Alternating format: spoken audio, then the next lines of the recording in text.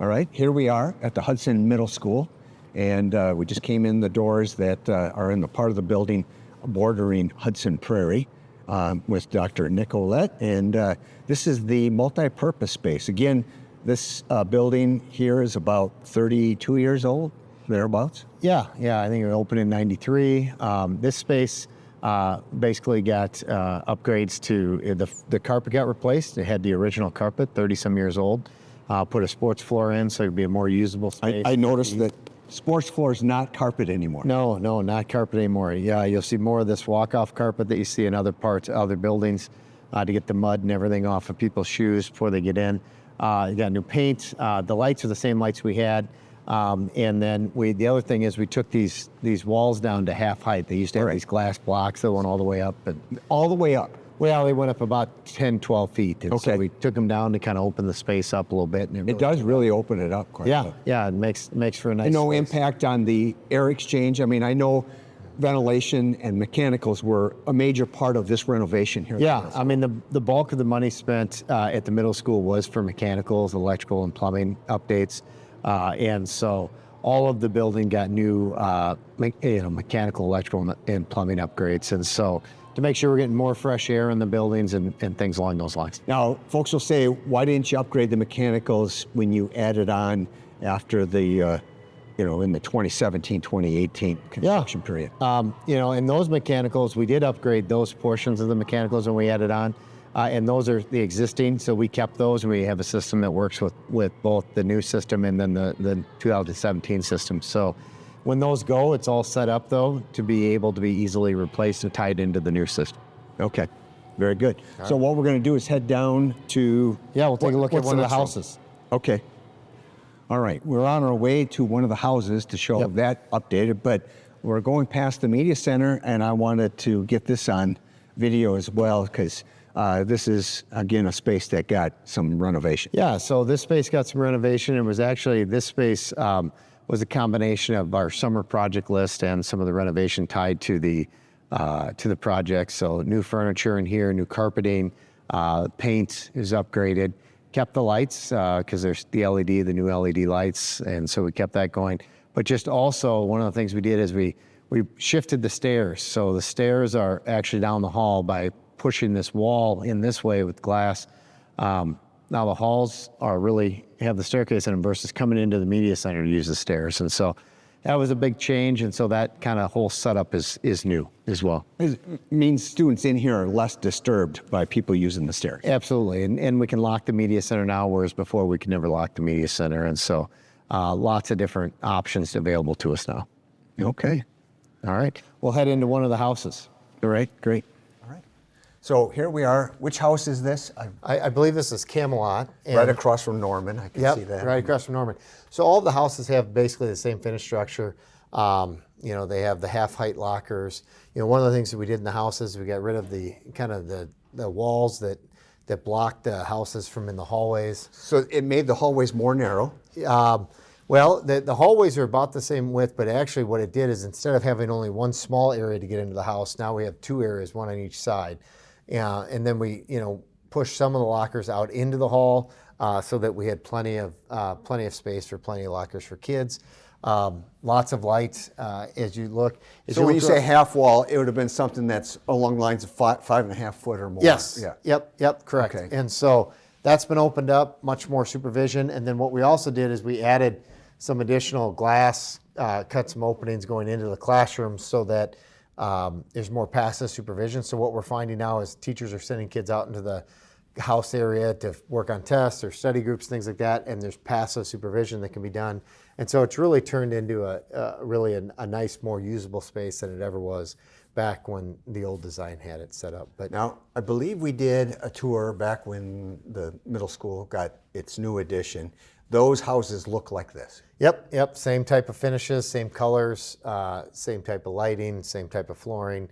We wanted to make sure that the renovation addition that was done in 2017 matched what we're doing today, so it looks like everything was kind of done at the same time. So for those that came to Camelot before, still have the same number of teachers teaching in this area? Yes, yep. And how many is that?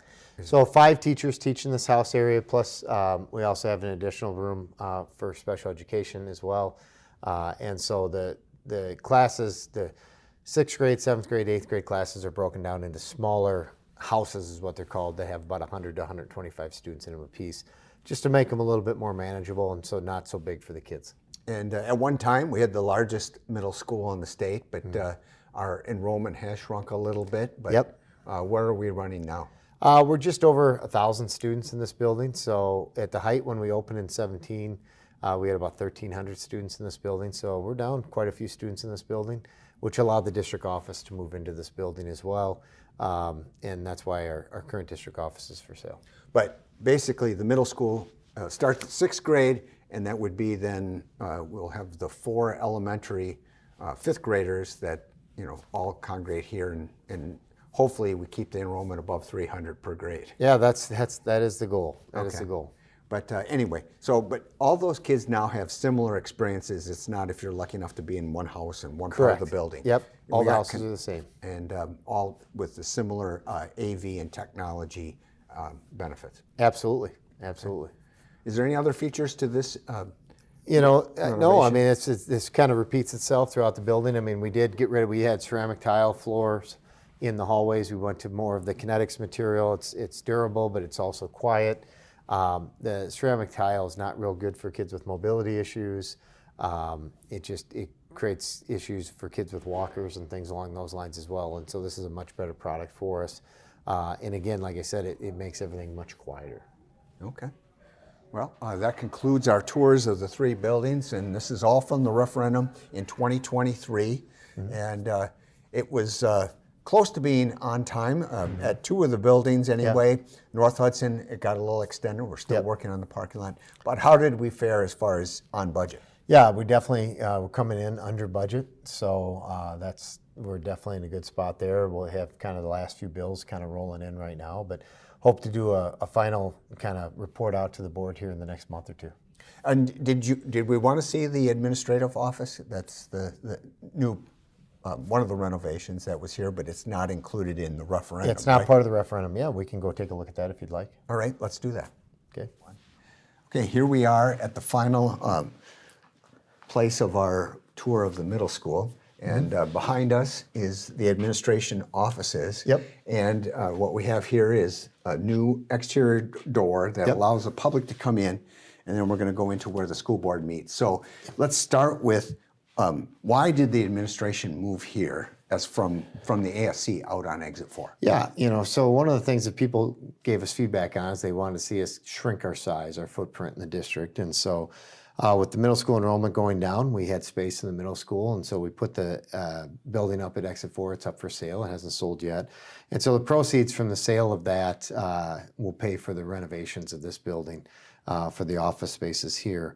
It won't take all of the proceeds, but some of the proceeds. And so we also shrunk our footprint. So we went from about 12,500 square feet at the district office out on exit 4 to now we're just right around 8,000 square feet in this space. So 2/3 the size that you Yeah. So we shrunk down in size and tried to make it more efficient than what we had before. But it puts the administration, closer to the action. You are now at the middle school, which for a lot of districts can be the most challenging learning time. But then you're right adjacent to an elementary school, Hudson Prairie, and you're much closer to the high school than you were out on exit 4. Yeah, absolutely. And so, it's been a great space for us. We moved our furniture over here that we had at the other district office. The only thing we didn't, we had some furniture we didn't move over here because obviously we shrunk in size, and so we didn't need it all.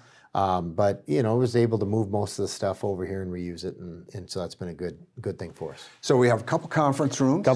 Which, a big improvement, I know, for school board, because occasionally you have to go into closed session. And at out at exit 4, we'd have to go to another location in the building, either on another floor or back around the corner. Here, you got rooms that the school board can go into right off of the right off the meeting room. So it's kind of the main lobby area. Teaching and learning side of the house is more that way. Operations is more on that side. And then this is our boardroom, and the boardroom is set up to be also a meeting space. We do all of our district-wide professional development in here.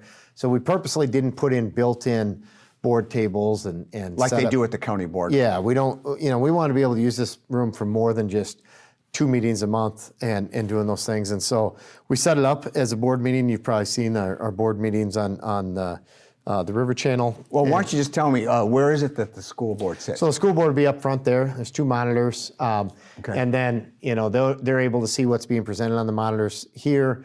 It's basically the same setup that the county and the city has as far as their, technology and things like that.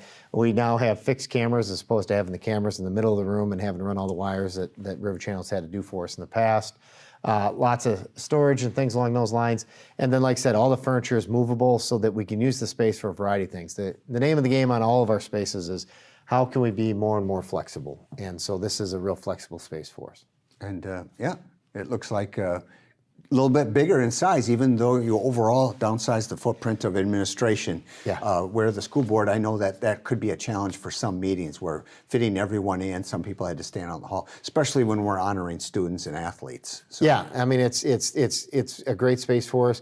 The old space had some challenges. It had kind of the stairs were kind of cut out of the corner. It didn't quite sit well with the way the furniture was set up. And so, yeah, when you view a board meeting in here, it definitely lays out a lot easier. We can fit more people in here as we work through it. And allows people to come to board meetings, but they don't have access to the rest of the building. that's correct. Yep. The rest of the building is locked off, and the rest of the offices are all locked off. And so like I said, it's been a real positive change for us. All right. Well, very good. Well, thanks for showing us. Yes, Nick. absolutely. Appreciate Thanks it. for stopping by. We hit all 3 schools in one afternoon, and want to thank our viewers for watching another segment of Western Wisconsin Journal. If you have any questions about any of the renovations and so forth, Nick, how can they get a hold of it? They can always reach us at connections@hudsonraiders.org, or they can email me directly or call the district office, and more than happy to answer any questions they have. All right. Well, I hope you enjoyed this tour of the buildings. And as far as my faithful Western Wisconsin Journal watchers, I appreciate you out there, and keep watching.